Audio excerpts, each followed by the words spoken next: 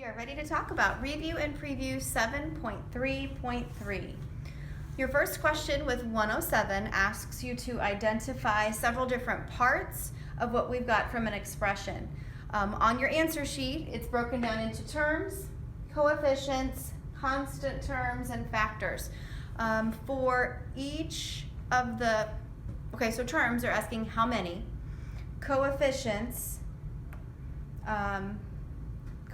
they want to know what those coefficients are.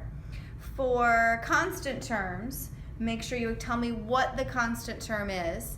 And then for factors, tell me the different parts and pieces, things that are being multiplied. Let me go back up to terms and clarify.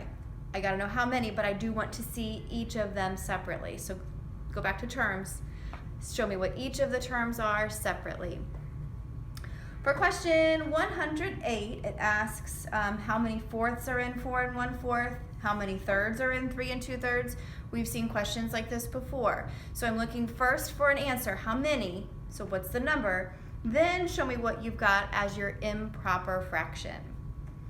For question 109, we've got some figures and we have to find both area and perimeter. Number one, make sure when you have all of those answers on there that they have labels that are appropriate.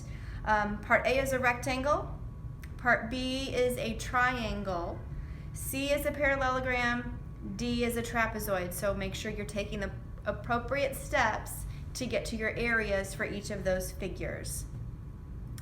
On question 110, it says that she earns $5 every hour for babysitting. So in part A, start by figuring out how much time. So how many hours have passed between 7:30 and 12:30? Then you can use that to figure out how much she has earned. Same for part B. Start by deciding how much time has passed, how much will she earn. If she works for part of an hour, she earns part of that $5, so keep that in mind too. On part C, it's telling you she earned this much money and asks you to figure out how many hours she worked. So division is a big clue there for part C. On question 111, they give you some steps of a trick and they ask you to write the expression in two ways, one with parentheses and one without. So follow those steps in the right order. I need to be able to see your expression with parentheses and then your expression without.